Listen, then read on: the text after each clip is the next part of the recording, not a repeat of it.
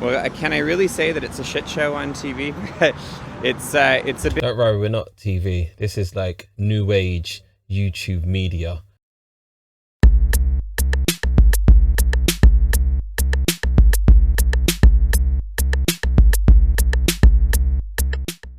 Buongiorno Fiskis and welcome to another MKH reaction. I thought I was done with the politics, but then the beautiful people over at Byline TV hit us over the head with another Brexit video. I cannot wait for this. This is gonna be a class act.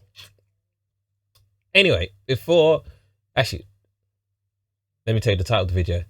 German shopkeepers laugh at Brexit shortages.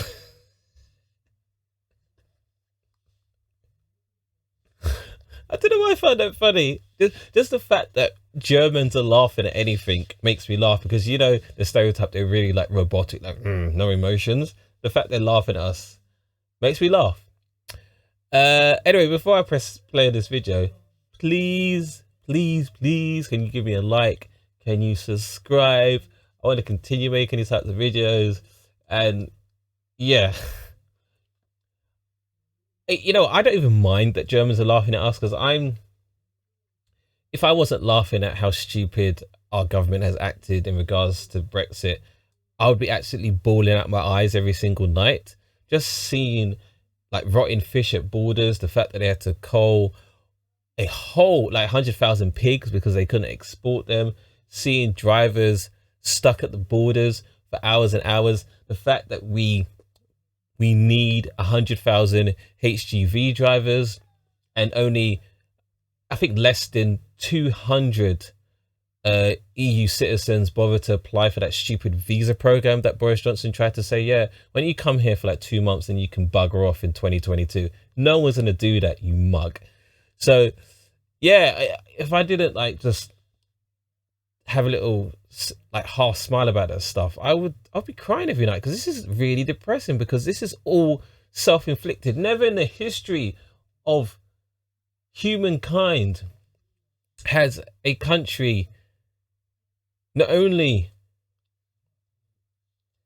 I don't know, punched itself in the face, but has also decided to shoot itself in the foot and hit itself in the crutch with an axe that's on fire. Like, I mean, the stuff we're doing to ourselves is absolutely unbelievable. And then you'll have people from previous videos saying, oh, it's France's fault. Like, why France like throwing a hissy fit and like closing the borders? Like, France doesn't have a right to close its borders. Like, you want to close your borders, so why can't France do that? Ridiculous. Anyway, let's get into the video and see like where the Germans factor into all of this. Britain is a laughing stock for Europe at this point already, I would say. I mean, many European people feel like this. Yeah, they voted Brexit. Oh my God, like she came out of the gate hot. Like, she didn't even mince her words. Like, she didn't build up to it. She didn't like give us like a poo sandwich or anything. Like, you know, when you give a compliment and give us the hard, crappy facts, and then another compliment, she just went straight in like with the gut punch. Like, take that. That's crazy. Brexit without thinking about the consequences. We kind of all saw it coming, and now it's a bit like, we told you so.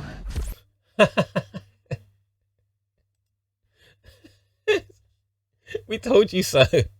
I want to be able to say we told you so, but if I say we told you so, I seem really unpatriotic and stuff like that. But I was like, no, I just didn't want my country to suffer.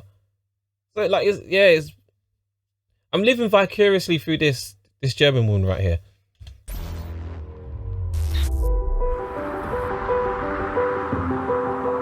It's South Berlin. Nollendorfplatz. Novendorfplatz. South Berlin. Yeah. How does it feel as someone that lives in Berlin, seeing the reports in the UK that everything is the same with supply chain issues and fuel shortages? Well, it's just not happening in my life.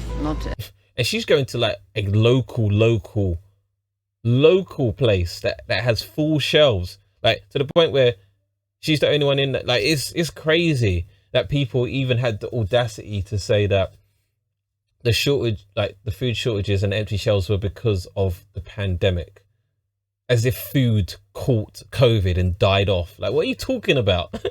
Anywhere around me when I go shopping, yeah, all the shelves are full. There is no problem whatsoever. Okay, she needs to relax. Like, she's just rubbing her food superiority, her shelf privilege in our faces. Like, we get it. I can always get everything. I can't understand. Yeah, independent store, like small local place, not a chain. Yeah, it's crazy. In Germany, you can buy everything around the clock. Not gonna lie, if this guy didn't open his mouth, he would look like he would work at a market stall in Green Street. Well, yeah, in Green Street or Bow Market or something, or Whitechapel Market. Like he looks like an East Londoner. It's funny. Like, look at his cap, and especially the way he's wearing his mask. Just undo his chin. It looks like so Cockney. We have enough supply, and every day, 6 days a week. Sometimes we have 2 or 3 lorries a day. Yeah, they wrote the Brexit without thinking about the consequences, and the lorry drivers from Eastern Europe, now they got another jobs, and I don't believe that they will come back to Britain because they're not sure if they can work there. Yeah, that's true, but like, again, that it doesn't eliminate the fact that these lorry drivers from Eastern Europe are still being exploited, and they still are not getting paid for what they do. Like, you're driving 10 hours a massive lorry, like you're driving a whole death machine, and I don't think they are paid anywhere near what they should be getting paid as a professional driver, because I think it is a skill to be able to drive a HGV. I don't think anyone can drive one of those vehicles. So the fact that we left the EU, which put a extra barrier in terms of them being able to work here, that's bad in itself. But the fact that they get to go to other European countries doesn't mean they're going to get any more money or treated any better, or their life is going to be better, because at the end of the day, I think that job as a whole is just looked down upon. So yeah, I take a nuanced view on that whole thing. Oh yeah, so they'll just go to other EU countries. And the question is, okay then, so why didn't they just go to other EU countries before the UK left the EU? That's the question.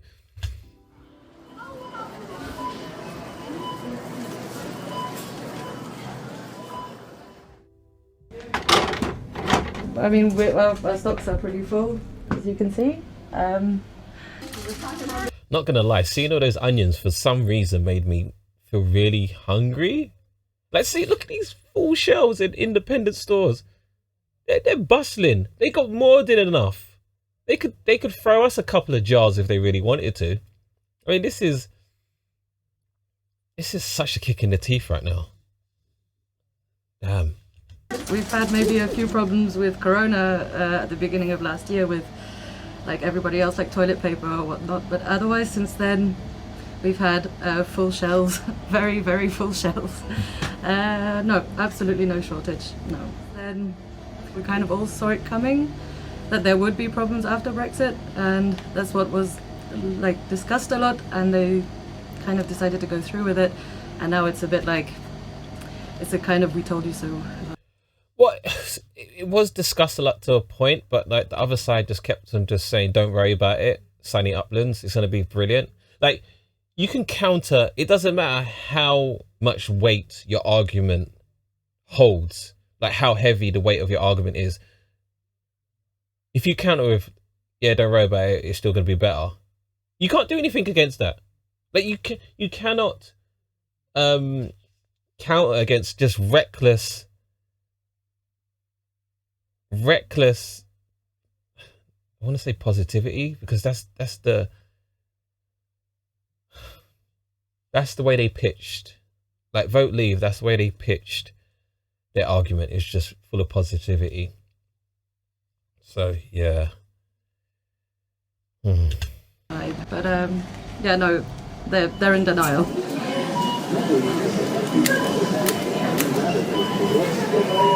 We have no problem. We have always products. No empty shelves. We have a lot. No, we have a lot of products here. No problems with empty shelves. No late deliveries. No. Maybe one product in a month, but that's all. My name's Aaron. Wait, what? A product in a month? let me just get that again, 'cause I don't know if I heard that properly. Problems with empty shelves. No late deliveries. No. Maybe one product in a month, but that's all. They had one late delivery in a month. God damn, that's German efficiency right there. My name's Aaron Burnett. I'm a freelance journalist here in Berlin, and can I really say that it's a shit show on TV? It's a bit. Don't worry, we're not TV. This is like new age YouTube media. Even though probably I can't see behind the camera, it probably looks like a professional setup. Also, I did not expect him to look like that. I expected him to have like a pink mohawk with like colourful flower glasses, wearing like suspenders with a green button-up shirt. I did not expect this guy who looks like he's about to join the cast of Top Gear speaking. It's funny. Bit strange to see it. It's also a bit stranger to see how the press and politicians are reacting to it, simply saying that, oh, this isn't due to Brexit, and everywhere else in Europe has these shortages. There's a petrol station behind me. It's very full. There's no queues. There's clearly no shortages. Because people at this point just love to be lied to. Like, they actually, I think they get aroused from the fact that Boris Johnson just kept telling them clear and blatant lies, which can be disproved with the flick of a wrist on your smartphone. But yeah, people are like, yeah, I guess he is telling the truth. He's known for his truth-telling skills, isn't he, Boris Johnson? You need an explanation for your people why the Brexit was the right decision, and so they are trying to make up those stories to support this narrative. They're not trying to make up the stories. They are making up stories. Like, they're all made up. Like, there's no trying. They're making them up, and they're being able to go from studio to studio to peddle this crap. Like, what the hell? They want to save the Brexit. That's why they are lying, I think. There are so many. You can't save Brexit at this point. What is there to save? Like, the reputation of Brexit. Who cares about the reputation of Brexit? We just want Brexit to work. Like, I don't understand how this lying, what is the end game of just lying? Because we have to live through it. We can tell that what you're saying is not truth. So I don't know if it's to save Brexit, or is it just to like save face, or is it to, I don't know, just not admit that you're wrong. I think that's the main thing. You just don't want to admit when you're wrong. It's like, are you that stubborn as a political class or a set of individuals that you just can't admit, okay, yeah, we got Brexit wrong. Maybe we should do something about it. Bad things about Brexit, and I can very well imagine that they can just not be honest and straight about it. That's just a fact. And the politicians who have caused the situation, of course, they don't want people to see it that way. I think Boris Johnson is a big liar.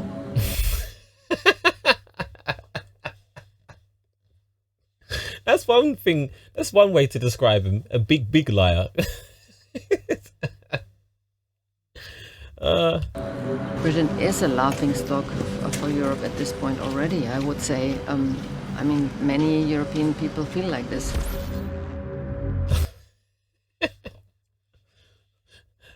There's a video. And it'll be interesting to know what Europeans thought about Britain or the UK before Brexit. Was all of this like did our reputation, was it so heavily attached to our membership of the EU that now everyone's seen how dysfunctional we are since we've left? Or did they know beforehand? Did they know that like we're not that squeaky clean over here, that we do a lot of stupid stuff? Or was that the veil of being like one of the top, I say we were one of the top countries within the European Union. Like we got our own way a lot of the time. We got to keep our currency. We weren't in Schengen. So yeah, we wielded a lot of power. We had a veto. Like people looked up to us and respected us. Like other European leaders looked at us to be kind of the broker with America, because like we had a special relationship with America and stuff like that. But yeah, it'd be interesting to know if that was always the thinking, or is it like our identity was so attached to Brexit that everything's like fallen down like a house of cards since. Yeah, tell me what you thought about that video. Like I enjoyed it. I thought it was quite funny. Like I was getting hungry watching it, and I did get full shelf envy looking at all the full shelves. Like the petrol station didn't have lines for hours. You didn't see people fighting trying to get petrol or diesel in the petrol stations either. So that was interesting to see. Now Brexiters will look at this video and see it's coming out of Germany and chant something stupid like, oh, 2 world wars and a World Cup, 2 world wars and a World Cup. Like that would be their only response, because they can't challenge them on the facts of what's happening in the video. So you have to move the goalpost to something completely irrelevant. I think that they call it going for the man instead of the ball, to use a football metaphor. But yeah, I enjoyed that video. Byline TV is my shtick. I love their Brexit videos. I love what they're doing with Brexit. As long as they keep doing Brexit videos, I'm going to keep reacting to them. And yeah, leave me a like, subscribe, and I'll see you in the next one. Bye bye.